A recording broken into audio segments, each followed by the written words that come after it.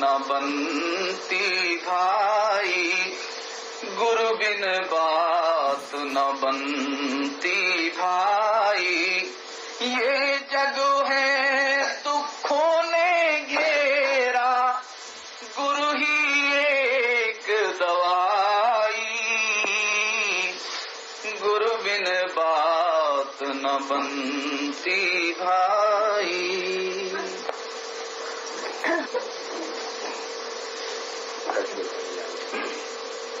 गुरु मेरे जान पिरान, शब्द का दीना दान, शब्द मेरा आधार, शब्द का मर्म पिछान, गुरु मेरे जान पिरान। ये स्वामी जी महाराज की वाणी है। उन्होंने बताया है कि मनुष्य जीवन में आकर हमारा काम परमात्मा की भक्ति करना, उसकी प्राप्ति करना। अगर मनुष्य जीवन पाया और ये काम नहीं किया तो सारा जीवन व्यर्थ चला गया, इसका कोई लाभ नहीं। लेकिन कहे कैसे इस चीज को प्राप्त करें, तो सीधी सी बात बताई गई है कि अगर हम किसी काम को सीखना चाहते हैं तो जो उसका जानकार है उससे जाकर अपना प्यार बढ़ा ले, वो हमें दया करके सिखा दे तो हम उस काम को जान सकते हैं। कई बार हम संतों की शरण में जाते हैं, कहते हैं वो नाम दे दें, अनुभव दे दें अंतर का, तो हमारा मन मान जाता है कि वो संत है। संत की बाहरी रूप से केवल दो ही पहचान बताई गई है। पहली बात यह है वो बिठाकर हमें नाम देते समय अंतर का अनुभव दे देता है, चाहे थोड़ा हो चाहे अधिक हो, लेकिन कुछ ना कुछ अनुभव हमें देकर रास्ते पर लगा देता है, जिससे हमें मालूम हो जाए, विश्वास हो जाए चीज हमारे अंदर है और हम बाहर का भटकना छोड़ देते हैं। और दूसरी चीज है कि वो मौत के समय हमारी संभाल करता है। जब हम किसी पूर्ण संत से नाम ले लेते हैं तो हमें जमों के हाथों जाना नहीं पड़ता। हुजूर बाबा सावन सिंह जी महाराज कहा करते थे कि गुरु पीर सदा कर, अगर हम जमों के हाथे गए तो गुरु के करने का लाभ ही क्या। और इसके अलावा कहा करते थे कि ये कोई ऐसी बात नहीं, कहानी हो, किस्से हो, कि मरने के बाद किसने जाना है, कोई जमों के हाथ गया कि गुरु के हाथ गया, ऐसी बात नहीं। बल्कि बताया कि मौत का हमारे जीवन में बड़ा भय रहता है। भय क्यों रहता है? किसी आदमी को कहो मरने की बात तो डरने लगता है, घबराता है, क्योंकि उसे नहीं मालूम कि मरकर कहाँ जाना है, क्या बनेगा। लेकिन जिस आदमी को पूरे गुरु से नाम मिला है, मौत के समय गुरु प्रकट हो जाता है, धुन खुल जाती है, उसका ख्याल दुनिया की सारी बातों से हटकर धुन के साथ जुड़ जाता है। और इसीलिए बताया गया है कि सत्संगी को अपने मौत की इतनी खुशी होती है जितनी अपनी शादी की नहीं होती। एक आदमी के जीवन में सबसे ज्यादा खुशी का मौका उसकी अपनी शादी का होता है, लेकिन बताया कि मौत के समय उसे उससे भी ज्यादा खुशी होती है। कारण क्या होता है कि जब हमारा ख्याल कहीं जुड़ा हो दुनिया में, वहां से टूटता है तो दुख होता है। जब धुन के साथ हमारा ख्याल जुड़ जाता है तो धुन हमें खींच कर इस संसार से बड़ी आसानी से निकाल कर ले जाती है, तो उसके अंदर कष्ट नहीं। समझाने के लिए अपने अपने ढंग हैं। हुजूर कहा करते थे कि धुन के द्वारा सूरत हमारे शरीर से इस तरह निकल जाती है जैसे मक्खन में से आप बाल निकाल लें तो पता नहीं लगता। तो बताया कि ऐसी हालत में ये जानकर कि हमने पूरे गुरु के चरणों में गए, वहां जाकर नाम दे दिया, फिर भी कई बार हमारा भजन नहीं बनता, हमारा मन वहां पर नहीं लगता। कई बार हम देखते हैं शुरू में नाम लिया, विश्वास बना, बड़े प्यार से हम लगे रहे किसी संत की शरण में, बाद में कोई मन हो जाता है तो मन हट जाता है उधर से, न भजन को मन करता है, न गुरु के डेरे में जाने को मन करता है, न दर्शनों को मन करता है, सारी चीजों से मन हट जाता है। कारण क्या होता है कि हमारा मन दुनिया में फंसा हुआ है। जब जब दुनिया की चीजों की ओर हमारा मन जाता है कि हमें ये मिल जाए, दूसरी चीज मिल जाए, तीसरी चीज मिल जाए, और साथ साथ हम गुरबाणी में, धर्म ग्रंथों में, संत महात्माओं की वाणी में ये पढ़ते हैं कि संत जो चाहे सो कर दे, कोई चीज उनसे बाहर नहीं होती, तो हम दोनों चीजों का मेल करना शुरू करते हैं। कि हमें ये चीज चाहिए, हमारा गुरु समर्थ है, वो सब कुछ दे सकता है, तो हम जाकर अर्ज करते हैं कि हमें ये चीज मिल जाए। अगर वो चीज मिल जाती है तो हम खुश हो जाते हैं, अगर वो चीज नहीं मिलती तो हमारा मन दुखी होने लगता है, फिर अभाव आना शुरू हो जाता है। तो ऐसी हालत में जब वो अभाव आता है फिर हम वहां से टूट जाते हैं, दूसरी ओर जुड़ जाते हैं। दो बातें इसके अंदर है। पहली बात यह है, क्या कारण है कि जब संत के हाथ में सारी चीज है तो वो क्यों सिख को निराश कर देता है, क्यों उसका मन खराब करता है कि उसकी कोई बात पूरी ना। और इसका कारण केवल एक है, हमने कई संत महात्माओं की वाणी में देखा होगा, उनकी वाणी में देखा होगा कि कोई आदमी क्या, किसी ने कहा कि महाराज हमारे घर में बच्चा नहीं, कहने लगे अच्छा लो भाई कोई बात नहीं। मुझे याद है डेरे में हुजूर बाबा संत कृपाल सिंह जी महाराज निर्माण करा रहे थे डेरे का, तो वहां एक पेड़ पड़ गया आम का, तो कहने लगे भैया कटवाना है। अब किसी ने कहा कि पेड़ काट रहे हैं, कहने लगे हाँ इसका कल्याण हो जाएगा, इसको मनुष्य का जीवन मिलेगा। जब ये बात कही तो कोई बीबी वहां खड़ी हुई थी, उसने सुन लिया, कहने लगे महाराज जी इसे आप काट देंगे तो इसे मनुष्य का जीवन मिलेगा, कहने लगे हाँ। कहने लगे फिर तो कहीं जाकर पैदा होगा ही, कहने लगे हाँ पैदा होगा। पल्ला पसार लिया, कहने लगे तो मेरे ही घर में आप भेज दें। अब संत की वो जिन्होंने कह दिया अच्छा जाओ तुम्हारे घर में हो जाए। बाद में लड़का उसे हुआ, थोड़ा सा जड़ बुद्धि था क्योंकि वो वृक्ष की योनि से एकदम मनुष्य की योनि में आया, लेकिन बाद में वो जाकर उसके घर में लड़के के रूप में हुआ। तो कहने का मतलब हम देखते हैं कई दफे संत की मौज हुई, कह दिया कि जाओ भाई बच्चा हो जाएगा। कई बार लोग मत्था टेकते टेकते रगड़ते रगड़ते मर जाते हैं, तो कहते हैं कि नहीं कुछ होना नहीं। कई बार वो भ्रम में रखने के लिए कोई ऐसी बात कह देते हैं, हम समझते हैं उन्होंने हाँ कर दी चलो हो जाएगा काम। कई बार हम अपना जोर देकर उनसे हाँ करवाने की कोशिश करते हैं, फिर काम नहीं बनता तो मन खराब हो जाता है। इतना ही नहीं है तो बाल बच्चों की दुनिया की चीजों की बात है। कई बार मैंने देखा भजन के लिए भी इसी तरह आदमी की बात होती है, जाकर कहते रहते हैं हमारा भजन नहीं बना, मन खराब हो गया। मुझे याद है एक घटना में शुरू में जब डेरा जाया करता था, इलाहाबाद के एक भाई थे, वो आया करते थे, उन्होंने 1953 में नाम लिया, हुजूर से बड़ा प्यार करते थे, आए कई बार सत्संग सुना, अपने यहाँ सत्संग भी कराया इलाहाबाद में, वहाँ के ग्रुप लीडर भी रहे, लेकिन उनका भजन कुछ बनता नहीं, या बनता था तो उससे उन्हें संतुष्टि नहीं थी। तो एक बार हुजूर से आकर कहने लगे महाराज जी ऐसी दया करते मुझे भी अंतर में दर्शन हो जाए। कहने लगे भाई भजन में बैठ जाओ। अब बैठ के उठ गए। हुजूर ने पूछा भी नहीं तुम्हें क्या हुआ, नहीं उन्हें कुछ हुआ। एक बार, दो बार, चार बार इसी तरह कई साल तक होता रहा। आखिर में एक दिन सोच कर आए कि अगर आज मुझे अंतर में दर्शन नहीं हुए तो फिर क्या फायदा इस तरह रोज जाने से, रोज महाराज जी का आगे विनती करने से कोई फायदा क्या। अब गए, उन्होंने जाकर कहा महाराज जी आज तो मुझे बिल्कुल नाम भजन पर बिठा दें, और नहीं तो मेरा मन जो है बड़ा भटक रहा है, ये मेरा मन कहीं ठिकाने लगता नहीं। अब संत जानते थे सबके मन की, लेकिन उनकी माया कुछ अजीब है। उन्होंने कहा भाई आज सबको भजन पे बिठाएंगे, तुम भी बैठ जाना, वो भी बैठ गए। अब फिर खाली उठ गए। जब कुछ मिला नहीं, खाली उठ गए, तो मन के अंदर ख्याल आया, कहने लगे भाई यहाँ तो सब तरह कह के देख लिया, कोई बात बढ़नी नहीं। उन्होंने भी कह दिया बैठ जाओ, तो कुछ बढ़ना नहीं तो कुछ है नहीं। किसी ने खबर कर दी, जाकर दूसरी जगह कहीं डेरे में नाम ले लिया। अब नाम लेने के बाद 1 साल, 2 साल, 3 साल वो खुद अपने आप सुना रहे थे कि वहां करीब 17-18 साल वो डेरे में हर महीने जाना, भजन पे बैठना, सब कुछ करना, लेकिन कुछ नहीं होना, कुछ रोशनी तक नहीं। अब 18-20 साल जब वहां तड़पते हुए हो गए, फिर ख्याल आया कि अपने गुरु को छोड़ दिया, क्या मिला। फिर लौट के दोबारा वही आ गए दिल्ली डेरे में। आकर फिर महाराज जी से कहने लगे हमारा भजन बढ़ जाए। फिर बैठे, फिर नहीं बना। एक दिन फिर इसी तरह होते होते जब बहुत हुआ, अपने आप कहीं भजन पे बैठे थे, अंतर में महाराज जी का दर्शन हो गया, सब कुछ, और बड़ी खुशी हुई।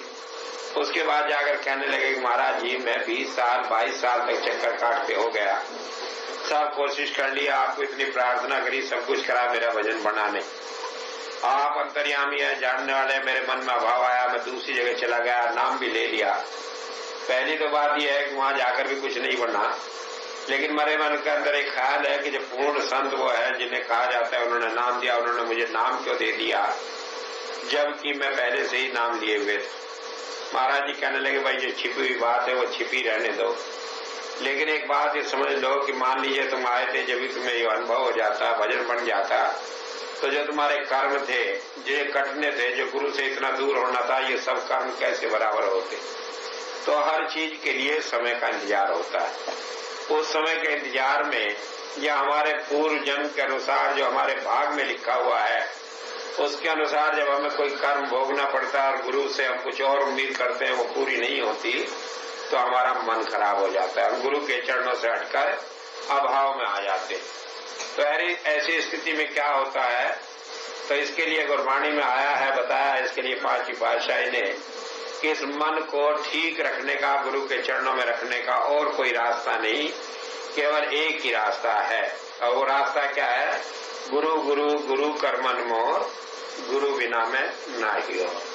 कि अगर ये ख्याल बना रहे कि गुरु के बिना मेरी कोई हस्ती ही नहीं, चाहे वो भूखा रखे, प्यासा रखे, अच्छा रखे, बुरा रखे, उसकी मौज, लेकिन मैं उसके बगैर जिंदा नहीं रह सकता, तब तो आदमी वहां लगा रह सकता है।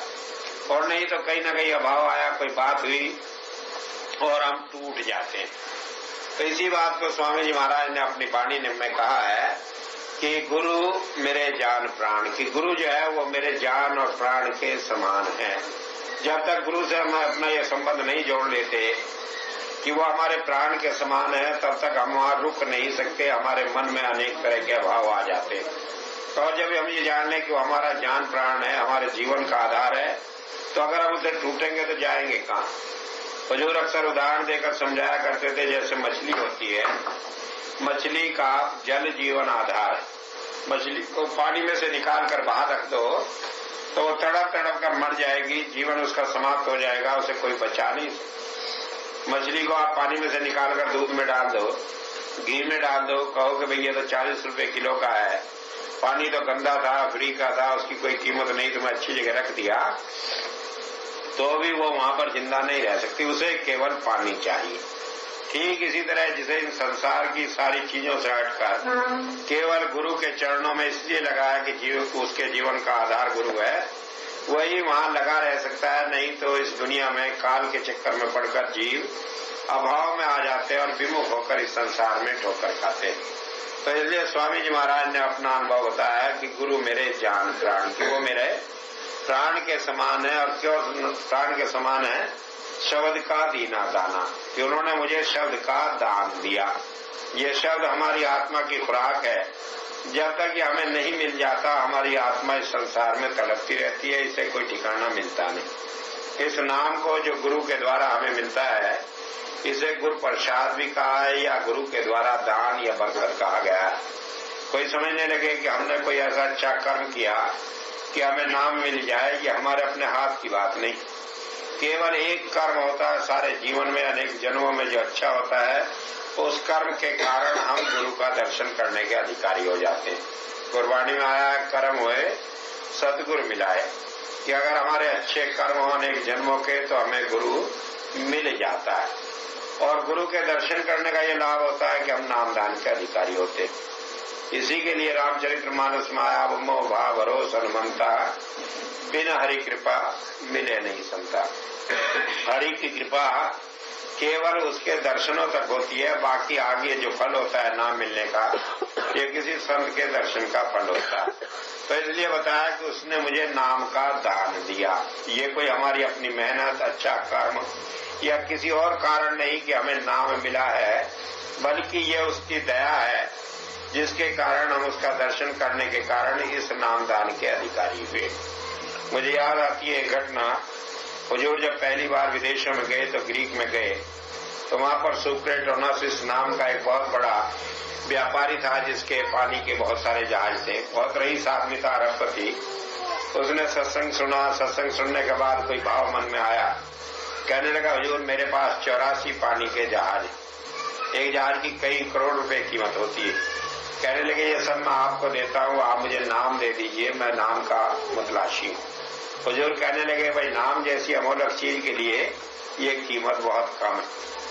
कहने लगे, इसमें ये नहीं मिल सकता। तो परमात्मा ने कुछ समझ दी उससे, तो कहने लगा, तो फिर मैं आपसे भिक्षा मांगता हूँ। पल्ला पसार कर कहने लगा, तो मुझे भिक्षा दे दीजिए। कहने लगे, अच्छा नाम मिलेगा, परसों मिलेगा, परसों नामदान होगा तब ये चीज मिलेगी। कहने लगे, हुजूर ये तो आपने दया कर दी, मुझे भिक्षा में नाम देना स्वीकार कर लिया, लेकिन क्या भरोसा कि परसों तक मैं रहूंगा कि नहीं रहूंगा, मुझे तो आज ही आप दे दीजिए। हुजूर ने दया करी, उसे नाम दे दिया और वो उस दौलत को पाने वाला बना। लेकिन एक बात समझ लें कि नाम की हम कीमत नहीं जानते। आप इतनी आसानी से नाम मिलता है कि संत आए कहीं घर घर ढूंढ कर नाम देते हैं। पहले हमने सुना कि बलक बुखारे का बादशाह 12 साल तक कबीर साहब के यहाँ पड़ा रहा, जो कुछ खाने को मिला काम करता रहा, वहीं जमीन पर सोना वहीं रहना, तब जाकर नाम मिला। कारण क्या हो जाता है कि अब संतों ने इस दौलत को खुले हाथों लुटाना आरंभ कर दिया। जाते हैं जगह जगह, एक जगह गए कहीं को निकल गए तो अनेक जीव फिर नाम दान के अधिकारी हो जाते हैं। बाइबल में इसके लिए आया है, रिविलेशंस में कहने लगे 84,000 जीव रोजाना दर्शन करके या अन्य प्रकार से संत का दर्शन करके नामदान के अधिकारी हो जाते हैं।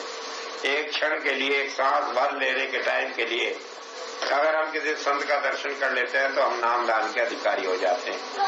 तो इसी बात को स्वामी जी महाराज ने कहा कि उन्होंने मुझे शब्द का दान दिया। शब्द का दान देने से क्या हुआ, उसके लिए बताया शब्द मेरा आधार, कि वो शब्द जो है वो मेरे जीवन का आधार है। आज हम इस शरीर का आधार क्या है, भोजन है, और आत्मा का आधार क्या है, वो शब्द है। जब शब्द मिल जाता है तो हमारी आत्मा उसके अंदर आनंद की प्राप्ति करती। और क्या होता है कि शब्द कहा कि शब्द का मर्म पिछाना, कि जब गुरु मुझे मिल गया तब मुझे शब्द का भेद मालूम हुआ। अब शब्द की बात हम किताबों में पढ़ते रहते हैं, सारा जीवन बीत जाता है, लेकिन कोई बात समझ में नहीं आती। जब गुरु मिलता है तो वो हमें उसकी समझ देता है, हमें अनुभव देता है, तब हम जानते हैं कि शब्द क्या चीज होती। मुझे याद है एक बार एक घटना, कहीं पर गुरु ग्रंथ साहब का पाठ हो रहा था, सब लोग बैठे थे, तो वहां पर सब लोग बैठे थे सुन रहे थे, तो एक भाई सिख भाई अपना मुंह फेर कर दूसरी ओर बैठ गए, उधर को कमर कर ली। और उसे कहा, एक आदमी ने कहने लगे तुम क्या करते हो, बेअदबी करते हो, गुरु ग्रंथ साहब की तरफ से तुम अपनी कमर करके इधर को मुंह करके बैठ गए, ये ठीक नहीं। कहने लगे भाई बात यह है, जो वाणी जो भाई जी पढ़ रहे हैं ये वाणी मेरे मुंह पर चपत लगा रही है और मुझे मुंह पर इसे बर्दाश्त नहीं होता, इसलिए सोचा थोड़ा थप्पड़ कमर पर खा लूं, क्योंकि मुंह पर बर्दाश्त नहीं होता। तो हालत ये होती है कि किताबों में सारी बातें लिखी पड़ी है, लेकिन हम पढ़ जाते हैं एक सांस में, समझने की भी कोशिश नहीं करते कि वो क्या चीज का वर्णन है और किसका हम जिक्र कर रहे हैं। हमेशा कहा आया है, गुरबाणी में एक जगह आया है, कहा पुरखी गुरु जिन सेविया से दुखी है जुगचार, कि अगर किसी ने शरीर रूप में जिंदा सत्स्वरूप हस्ती की सेवा नहीं की तो चारों युगों में दुखी रहेगा, उसका छुटकारा होगा नहीं। लेकिन हम भूल जाते हैं गुरुओं की वाणी को, गुरुओं के अनुभव को हम अपने जीवन में कुछ लाभ उठाने के बजाय सुनते हैं और सुनकर टाल देते हैं। तो इसलिए बताया कि ये कब समझ आती है, जब किसी संत की दया हो, तभी हमें ये महापुरुषों की वाणी भी समझ में आती है, तभी हमें शब्द का भेद मिलता है। किताबें हम पढ़ जाएं, अनेक बार पढ़ लें, 1000 बार पढ़ लें, कोई बात समझ में नहीं आती। जब संत आते हैं, दया करते हैं, तो हमें उस बात की समझ आती है, क्योंकि वो अनुभव किए हुए होते हैं और उन्हें वो सारी बातें मालूम होती। अभी पिछले वर्ष में गया था विदेश में, तो वहां पर एक दिन ऐसी बैठे हुए बात होने लगी। बाइबल में एक चैप्टर होता है रिविलेशंस, जिसका मतलब होता है, रिविलेशन का मतलब होता है अंतर्मुख अनुभव। तो वो चैप्टर 4-5 पेज में है। आज तक ईसाई जगत में कोई उसे पढ़ता नहीं। क्यों नहीं पढ़ते? वो कहते हैं ईसा मसीह ने बताया कि जब दुनिया प्रलय होगी तो ये क्या बनेगा, इसका कैसे होगा, बड़ा भयंकर वर्णन है, तो इसलिए लोग उसे पढ़ना पसंद नहीं करते।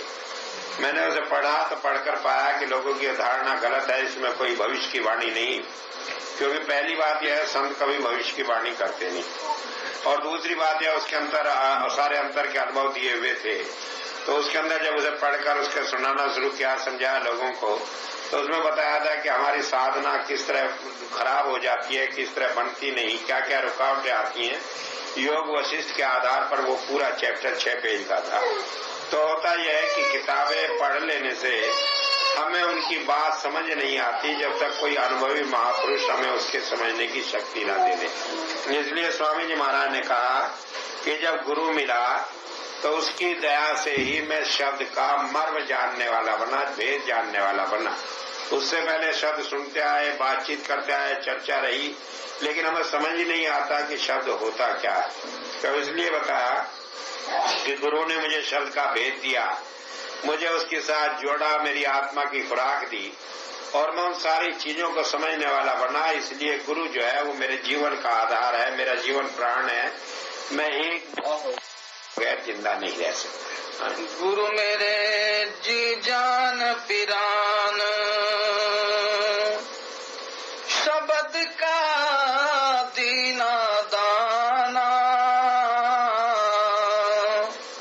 शब्द मेरा आधार, शब्द का मर्म पिछाना।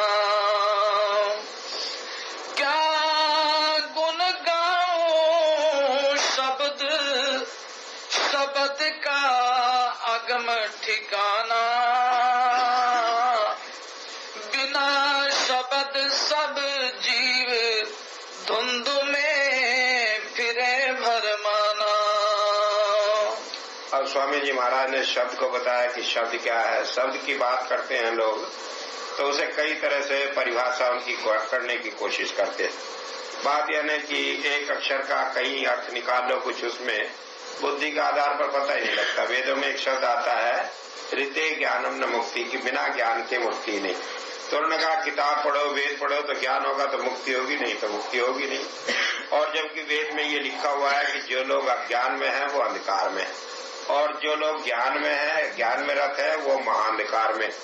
तो उसमें लिखा कि जो लोग पढ़ लिख कर ज्यादा चतुर विद्वान हो गए वो और ज्यादा अंधेरे में चले गए, उनका तो बचने का भी कोई ठिकाना नहीं रहा।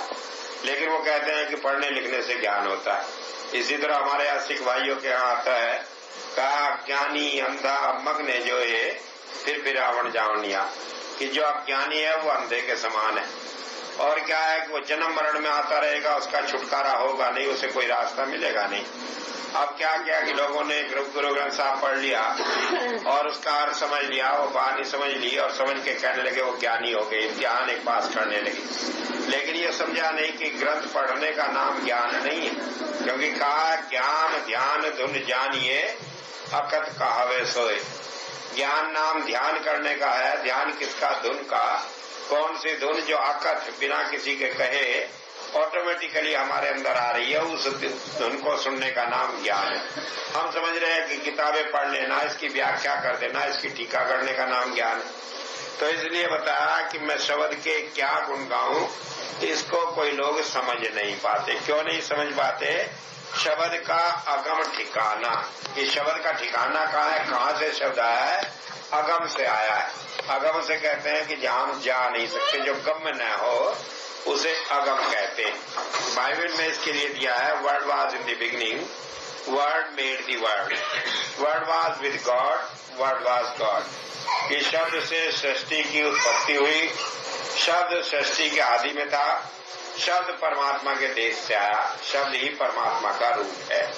और इसी तरह हमारे यहाँ गुरबाणी में कहते हैं शब्द उत्पत्ति प्रलय हुई। बात वही है, सब संत महात्माओं ने जिन्होंने अनुभव किया उन्होंने बात एक ही कही है, लेकिन उनका कहने का ढंग अलग अलग है।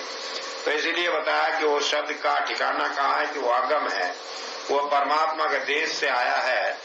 एब्सोल्यूट गॉड में से जब एक्सप्रेशन हुआ, इजहार हुआ, तो उसमें शब्द और ज्योति के रूप में वो प्रकट हुआ। कुरान शरीफ में भी आता है कि खुदा ने कुन्न कहा तो उससे सारी दुनिया की रचना हुई। वो शब्द जो बना तो उन्होंने कुन्न कह के उसे वर्णन किया तो उसमें से सारी दुनिया की रचना हुई। इसी तरह साइंटिस्ट भी मानते हैं कि एक बहुत बड़ा विस्फोट हुआ, बहुत आवाज हुई, उससे भी सारी दुनिया की रचना हो। लेकिन वो समझते हैं विस्फोट जैसे कोई बम का धमाका हो, इस तरह का कोई धमाका होगा। लेकिन वो ऐसा धमाका नहीं है, बल्कि वो धुन है, मधुर ध्वनि है जो आ रही है और वही सृष्टि का आधार है। तो स्वामी जी महाराज ने बताया कि वो शब्द जो है उसका ठिकाना अगम में है। वो अगम देश से, परमात्मा के देश से आया। जब हम उसके साथ जुड़ जाते हैं वो हमें खींचकर अपने देश तक ले जाता है। वापस ले जाने के लिए वो धुन हमें आई। और उसके लिए बताया है बिना शब्द सब जीव यूं फिरे भरमाना, कि जब बिना शब्द के अगर हम उसके साथ नहीं जुड़े तो जीव कैसे भरमाए फिरते इस संसार में। जैसे धुंध हो जाती है, रास्ता दिखाई नहीं देता तो आदमी भटक जाता है। तो इसी तरह इस संसार के इस मोह माया के जाल से अगर निकलने का कोई तरीका है तो वो धुन है जो हमें खींच कर ले जाती है। कई बार हम सोचते हैं कि धुन के द्वारा कैसे हम खींच कर जाते हैं, तो उसके अंदर एक शक्ति हो, जीवनदायिनी शक्ति होती है। हमारी आत्मा जब उसके साथ जुड़ती है तो उसके अंदर फंस कर वो उसे खींच कर अपने साथ ले जाती है। तो इसलिए बताया है कि वो शब्द जो है वो कोई बाहरी चीज नहीं। अगर कोई एक अक्षर लेकर बैठ जाए या कोई किसी किस्म की साउंड भर ले कहीं पर, उसे बजाता रहे तो उससे वो काम नहीं होता। मैं विदेशों में था, पिछले साल प्रवचन हो रहा था, मैंने कहा कि अंतर में ज्योति और नाद है, उसके साथ जुड़ जाने से हमारी आत्मा पवित्र हो जाती है। तो कहने लगे स्वामी जी आप ज्योति और नाद की बात करते हैं, ये रोशनी तो पहली बहुत सारी, यहाँ हम इसी में बैठे रहेंगे तो अंतर में कौन सी नई रोशनी मिल जाएगी। यह आवाज है, यहाँ रिकॉर्ड बजा लेंगे, कैसेट लगा लेंगे तो उसे सुनते रहेंगे। आप जिसका उस धुन का हम सुनते रहे तो फिर क्यों इतनी मेहनत करें, आंख बंद करके बैठे, इतना त्याग करें, उसकी क्या जरूरत। तो एक बात ये समझ लेने की है कि इस बाहर की धुन में, बाहर की ज्योति में और अंतर के शब्द में बड़ा अंतर है। अंतर क्या है कि हम बाहर की रोशनी में अगर बैठे रहे सारे दिन, सारी रात बैठे रहे तो हमारा शरीर टूट जाता है, थकावट होती है, आंखें चौंधियाने लगती है और परेशान हो जाते हैं। अगर कहीं शोर होता रहे बराबर तो हमारा सिर फटने लगता है, नसें फटने लगती है, सिर दर्द कर जाता है। यहाँ मालूम नहीं विदेशों में जहाँ ज्यादा शोर शराबे में आदमी होते हैं तो रात को कान बंद करके किसी चीज से, मोम के कपड़े से, तब रात को सोते हैं। कहते हैं कि शोर के कारण नींद नहीं आती। तो ये शब्द रोशनी जो हम बाहर की देखते हैं उससे हमारी सारी नस नाड़ियां फैल जाती हैं। और जो वो अंतर का शब्द है उसके अंदर ये गुण है कि एक बार हम उसके साथ जुड़ जाए तो सारी थकावट मिल जाती है, हमारे जीवन में एक नया आनंद आ जाता है। और उस धुन के साथ जुड़कर एक ऐसी मस्ती, ऐसा आनंद मिलती है जिसके लिए कहा नाम कुमारी नान का चढ़ी रहे दिन रात। जो नाम का नशा, नाम की मस्ती दिन रात चढ़ी रहती है और उसके अंदर हमें वो आनंद प्राप्त होता है। तो इसलिए बताया है कि वो शब्द जो हमारे अंतर में है, जब हम उसके साथ जुड़ जाते हैं तो वो हमें संसार में भी आनंद देता है, सुख देता है। और उसके अंदर एक विशेषता होती है। क्या विशेषता होती है कि आपने नेवला एक जानवर देखा होगा, उसके अंदर ऐसा होता है कि वो सांप को अगर काट दे तो सांप मर जाता है। सांप की नेवले की लड़ाई हो तो वो मर जाता है। लेकिन कई आदमी सोचते होंगे कि सांप के अंदर जहर होता है तो नेवले के अंदर उससे भी ज्यादा जहर होता होगा, लेकिन नेवले के अंदर बिल्कुल जहर नहीं होता। अभी हमारे आश्रम में एक आदमी को नेवले ने काट लिया तो वो बहुत परेशान हुआ, आकर मेरे सामने रोने लगा, आंख से बंद करके कहने लगा हाय मैं मरा। मैंने कहा क्या हुआ? कहने लगे मेरे नेवले ने काट लिया। मैंने कहा तू तो बच गया, नेवले के अंदर जहर ही नहीं होता तो तेरा क्या बिगड़ गया?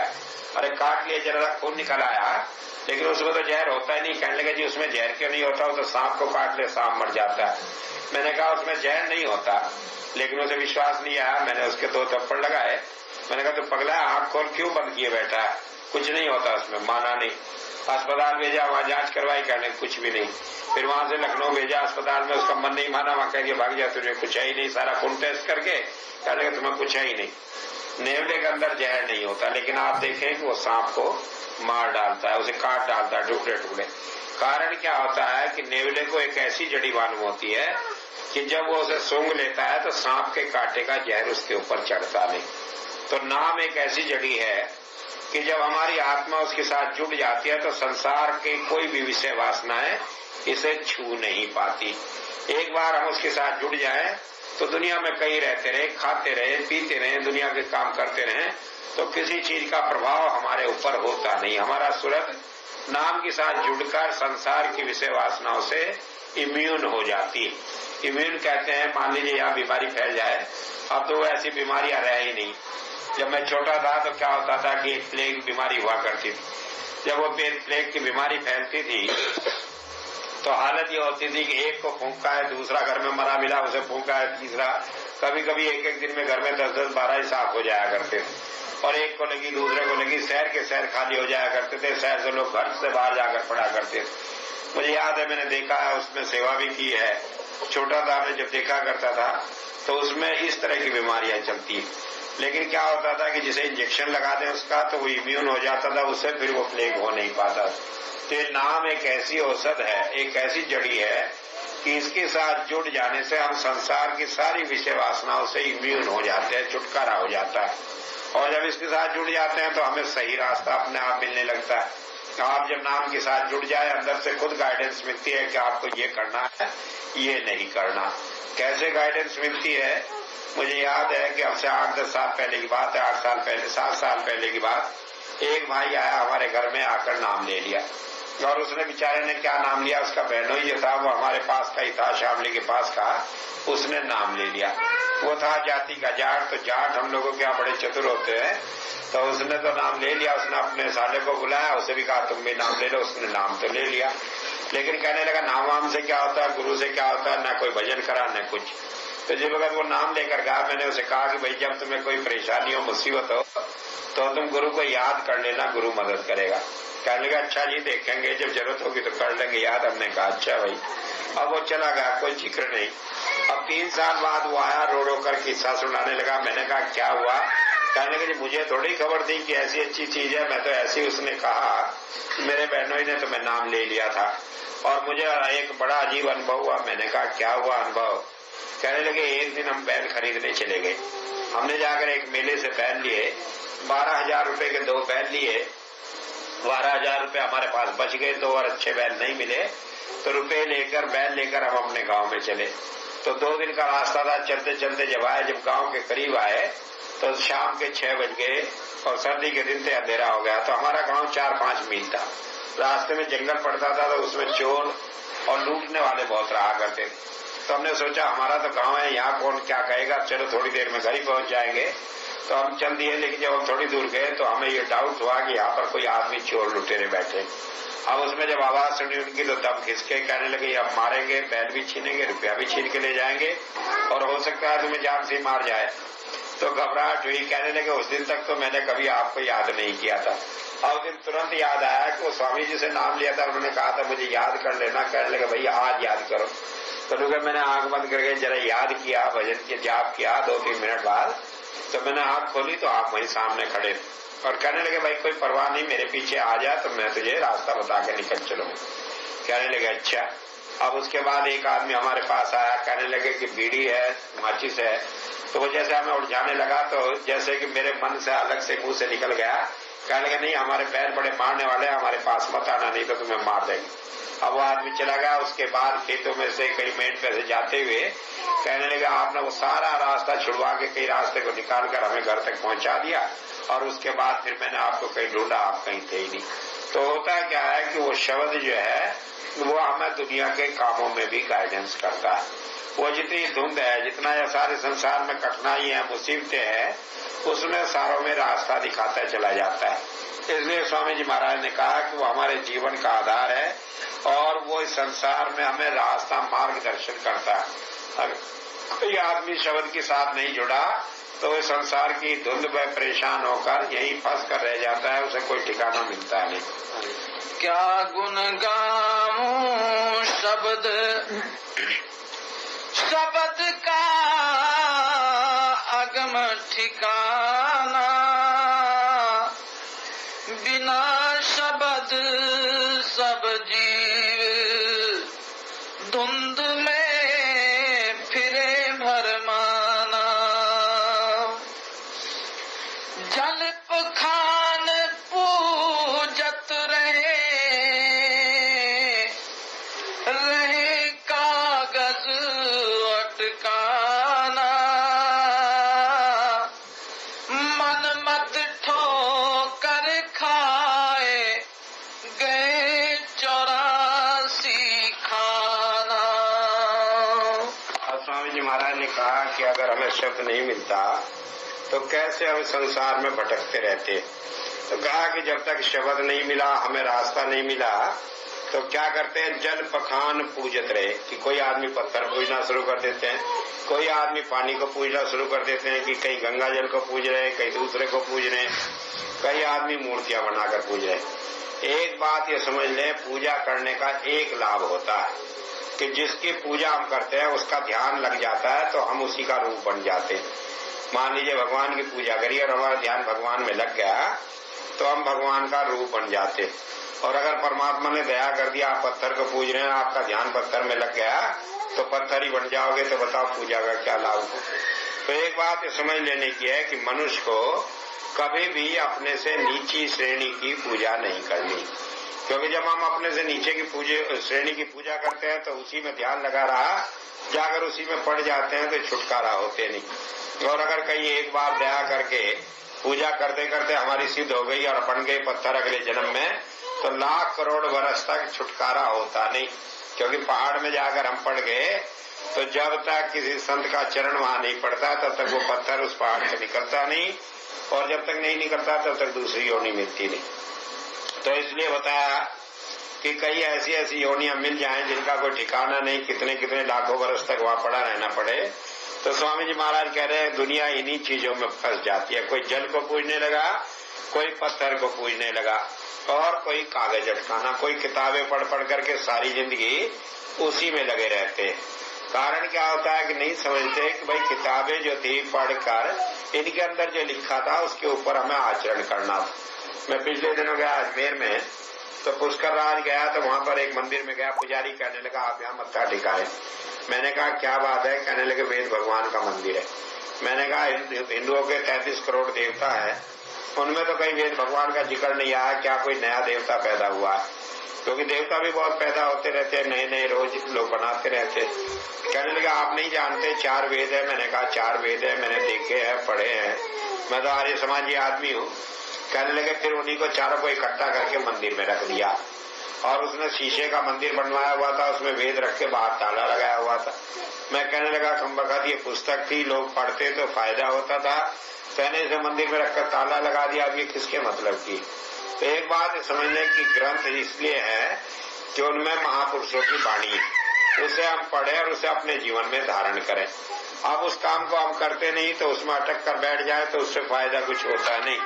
तो और कहा स्वामी जी महाराज ने मन मत ठोकर खाए। ये सारी चीजें क्यों होती हैं? ये हमारे मन से पैदा होती है। लोगों को अटकाने के लिए लोगों ने तरीके बना दिए कि इसे पूजो, उसे पूजो, इसे काम करो, और उससे फिर क्या हो जाता है कि आदमी बाहरी ठिकानों पर लगकर पैसा चलाने लगता है और धर्म को लोग पेट पालने का धंधा बना लेते हैं। तो इसलिए स्वामी जी महाराज ने कहा कि ये मन मत, जो मन के साथ लगकर उसके कहे पर चलकर जो आदमी लग जाता है वो ठोकरे खाता है। और क्या ठोकरे खाता है? कहा कि रहे 84 खाना, और उसे बार बार 84 लाख योनियों में 4 खानों में आना पड़ता है, जन्म देना पड़ता है, इससे छुटकारा होता नहीं। जल पखान पूजत रहे कागज अटकाना,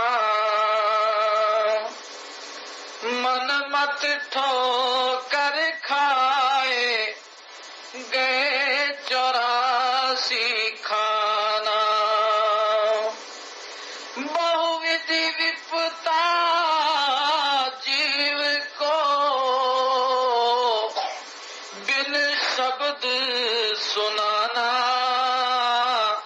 सतगुरु की सेवा बिना नहीं लगे ठिकाना।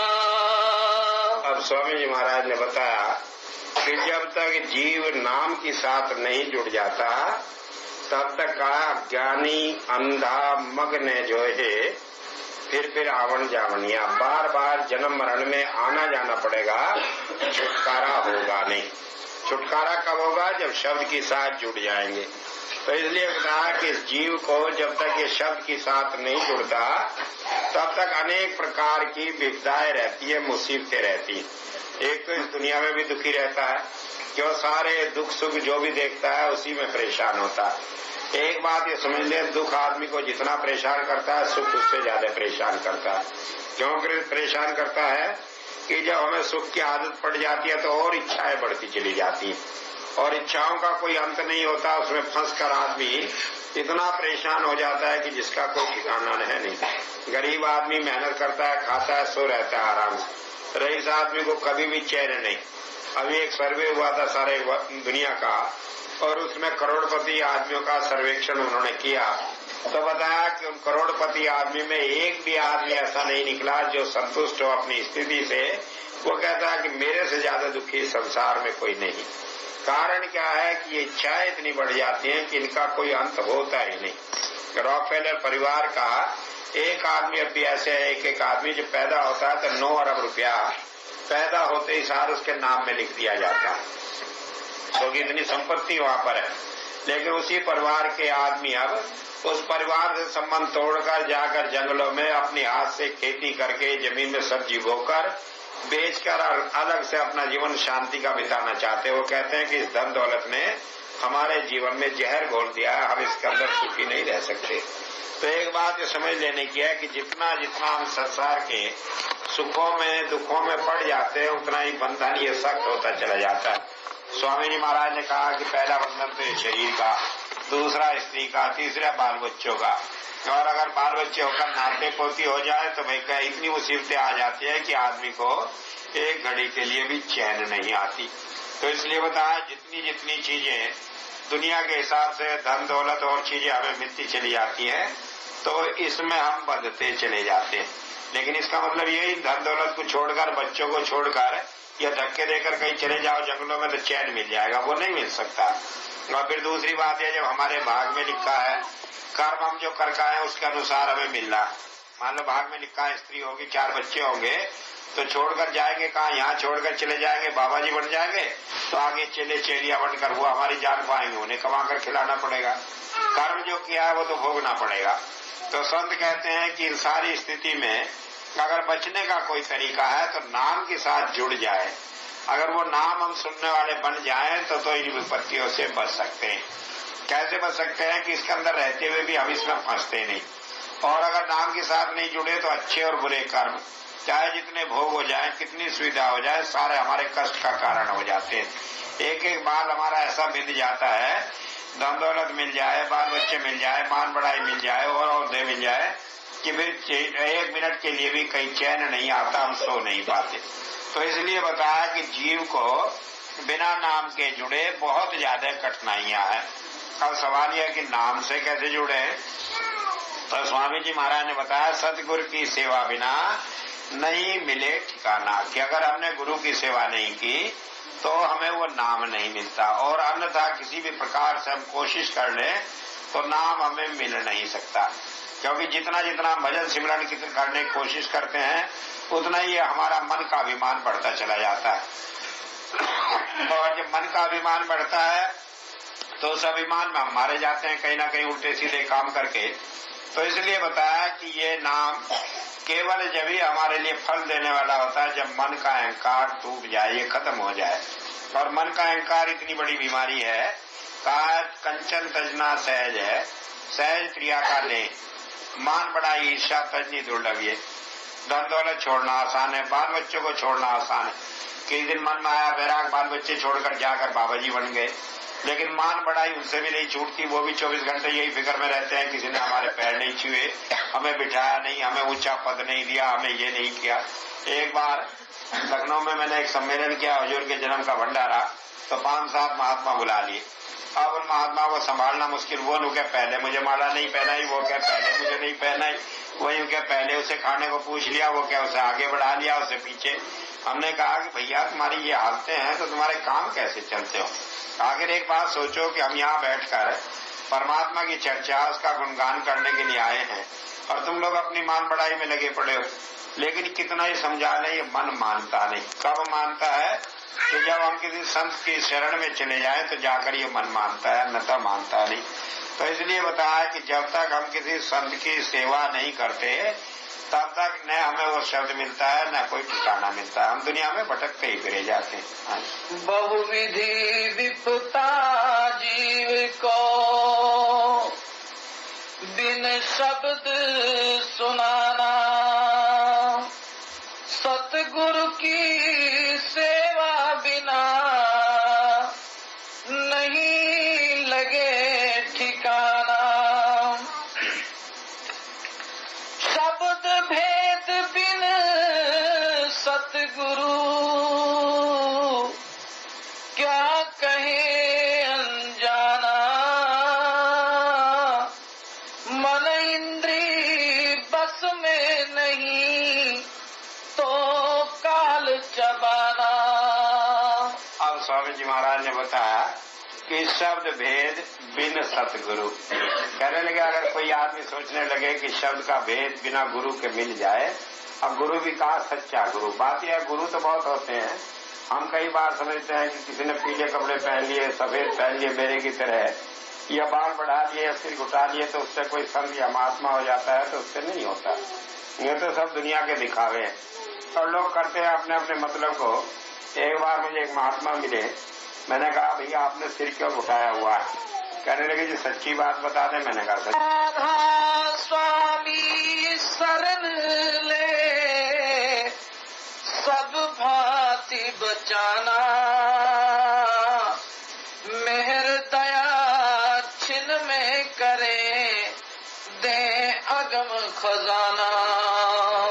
अब स्वामी जी महाराज ने बताया कि राधा स्वामी शरण ले, कि अगर हम जाकर गुरु की शरण ग्रहण कर ले। शरण ग्रहण करना क्या है? कहा है कि जो उसके लिए बताया है, तन मन धन सब सौंप गुरु को, हुक्म मनिए पहिए। तन भी, मन भी, धन भी, तीन चीजें दुनिया में होती है। कहने लगे तीनों चीजें हम उसके अर्पण कर दें, और उसके अर्पण कर लेने के बाद भी अगर हम बुद्धि के हवाले होकर कोई काम करते हैं तब भी शब्द मिलता नहीं। और जब गुरु की शरण ग्रहण कर लेते हैं तो बताया है सब भांति बचाना, कि वो सब ढंग से बचाता है। कोई चीज उससे फिर ऐसी नहीं रहती जिससे हमें रक्षा ना करता। कई आदमी सोचते हैं हमने नाम ले लिया तो गुरु हमें भजन में ही बरकत देगा और दुनिया के कामों से उसे क्या लेना देना। लेकिन एक बात सोच ले, जब हम गुरु की शरण में चले जाते हैं वो हर घड़ी, हर जगह, हर हालत में हमारी संभाल करता है। मैंने कल भी बताया खटोली में कई बार हम सोचते हैं कि हमने गुरु से नाम ले लिया, फिर भी कहते हैं जी भूत आ गया, प्रेत आ गया। तो एक बात समझ लें कि जहाँ पर नाम प्रकट हो जाता है, जहाँ पर नाम होता है, वहाँ भूत प्रेत आ नहीं सकता। कोई दुनिया की चीज असर नहीं करती, दुनिया का कोई प्रभाव उसके ऊपर होता नहीं, क्योंकि नाम और गुरु एक ऐसी चीज है कि जहाँ वो आ जाए वहाँ काल की भी हैसियत नहीं कि वो आकर कुछ कर ले। लेकिन हम लोग भ्रम में पड़े रहते हैं। कई बार बाहर जाकर कब्रों को पूछते हैं। कई आदमी कहते हैं कि हमारे पूर्वज है वो छूटे नहीं, वो हो गया, भूत बनकर आ गए, हमें परेशान करते हैं। लेकिन एक बात ये समझ लें कि अगर एक बार उस नाम के साथ हम जुड़ जाते हैं तो भूत प्रेत या कोई किसी किस्म का प्रभाव हमारे ऊपर होता नहीं। मुझे याद है घटना मेरे साथ ही घटी हुई है, शायद कुछ लोग रहे हों। 15 अप्रैल के भंडारे पर शामली में हुई थी। एक बार एक लड़की हमारे यहाँ ही, उसके सिर बड़ा भूत आया करता था। तो जब वो आई, वो डेरे में चली आई। वहाँ डेरे में जैसी आई तो उसकी हालत बड़ी अजीब हो गई। तो कभी कुछ करे कभी कुछ करे। मैंने बात की तो वो जो उसका भूत आया हुआ था सिर, वो कहने लगा कि मैं इसे यहाँ से ले जाना चाहता हूँ। कहने लगे क्यों? कहने लगे यहाँ डेरे में तो मैं रह नहीं सकता, ये जीव मेरा हमें से छोड़ के जा नहीं सकता। मैंने कहा जब तुझे मालूम है डेरे में नहीं रह नहीं सकता तो तुम गुस्सा क्यों? कहने के बस इसे यहाँ से उठा कर ले जाऊंगा जल्दी। कभी क्या मैं मार दूंगा, कभी क्या कुछ कर दूंगा। तो मैं कहा कि तुम ये जानते हो कि जब ये जीव यहाँ आ गया तो इसे कोई मार भी नहीं सकता। कहने लगे नहीं मैं ये कर सकता हूँ। मैंने कहा कुछ नहीं कर सकते, तुम कोशिश कर लो। और आखिर में कई घंटे की बहस हुआ कर वो हार मान कर चला गया और कान पकड़ कर कहने लगा कि दया करके मुझे इस योनि से छुड़ा लो, मेरा कल्याण हो जाए, नहीं मैं ही परेशान हुआ फिरता। तो एक बात ये समझ लें कि जब हम गुरु की शरण में चले जाते हैं, दुनिया का कोई पीर, कोई चीज, भूत प्रेत, दुनिया का कोई चीज कहीं कुछ असर नहीं कर सकती। और जिस जगह पर किसी संत के चरण पड़ जाते हैं उसमें बाद में कोई किसी चीज का, भूत प्रेत का वास नहीं हो सकता। तो इसलिए बताया कि सब भांति बचाना।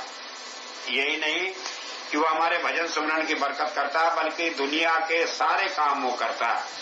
मैं तो कभी कभी कहा करता हूँ कि एक गुरु आप कर लो तो बे पैसे का नौकर हो जाता है, हर काम वो आपके करता चला जाता है। लेकिन कब? जब भाई ध्यान हम उसके साथ रखें।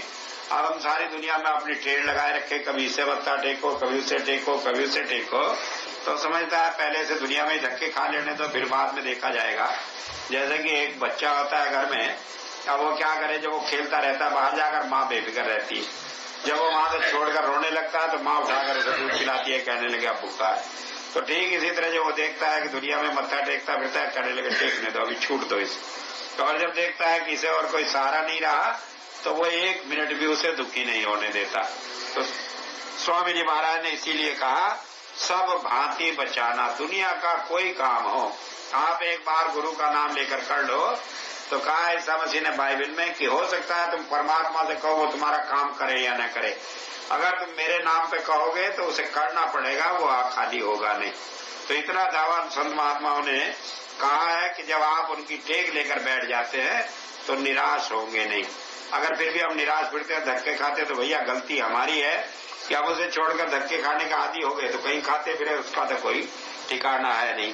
तो स्वामी जी महाराज ने एक बात और कही, कभी कभी संत जब मौज में होते तभी ऐसी बात कहते, मेहर दया छिन में करे। और अगर उनकी दया मेहर उनके क्षण मात्र में कर देते हैं, उन्हें ये नहीं लगता। कई आदमी कहते हैं कि उम्र जा रही है, बुढ़ापा आ गया, मर जाएंगे, अभी तो भजन ही नहीं बना। कहने लगे उसके भजन बनाने में कोई साल उम्र नहीं लगती, छिन में क्या करते हैं, दे अगम खजाना, कि वो सारी दौलत रूहानियत की वो एक पल के अंदर दे देते हैं, सोचने की भी देर नहीं लगती। लेकिन कब ये गुरु जो है, संत जो है, जहाँ अच्छा है इसमें एक बहुत बुराई है, और बुराई है ये बड़ा ईर्ष्यालु है। जैसे कि कोई एक ईर्ष्यालु आदमी वो देखता है कि जो उसका जीव होकर दूसरे की तरफ मुंह करता है तो उसे फिर ये एक मिनट भी पसंद नहीं करता। जो उसका हो जाता है तो उसका ये हो जाता है, और जो उसका होकर दूसरों की तरफ देखता है उसे कहता है अच्छा थोड़ी देर धक्के खा, फिर जब लौट कर आएगा तब बात करेंगे।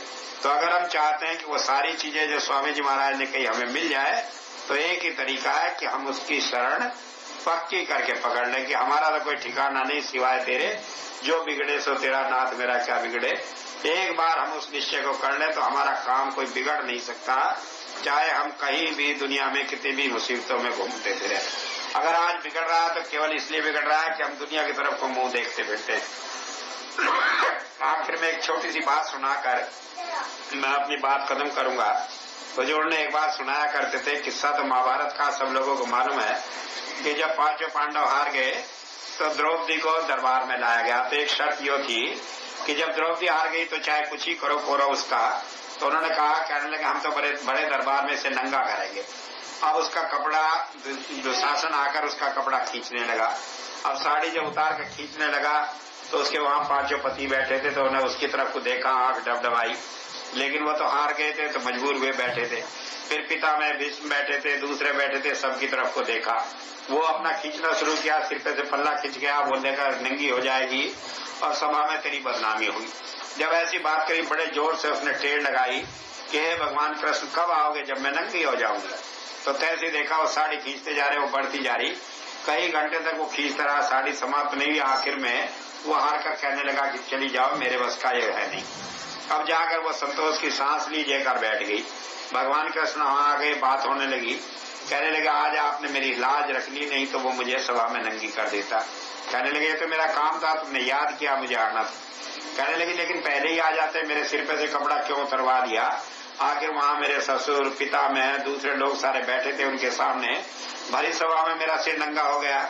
कहने लगे द्रौपदी तुम मुझे बुला कहाँ रही थी, तुम तो उस वक्त दूसरों को बुला रही थी। जितनी देर तुमने मुझे नहीं बुलाया उतनी देर तुम्हारा जो बिगड़ गया। जब तुमने मुझे बुलाया तो बताओ उसके बाद तुम्हारा क्या बिगड़ा है। तो एक बात है कि भाई हमारा अगर कुछ बिगड़ रहा है तो इसलिए बिगड़ रहा है कि हम दुनिया को टेर रहे हैं। जिस दिन हम गुरु की शरण में चले जाते हैं उस दिन ये संतों का दावा है कि हमारा कुछ नहीं बिगड़ सकता, चाहे हम आज आजमा के देख लें, चाहे कल आजमा कर देख लें, और आखिर में ठिकाना भी वही है, धक्के खाकर आना वहीं पड़ेगा, दूसरा कोई ठिकाना भी नहीं।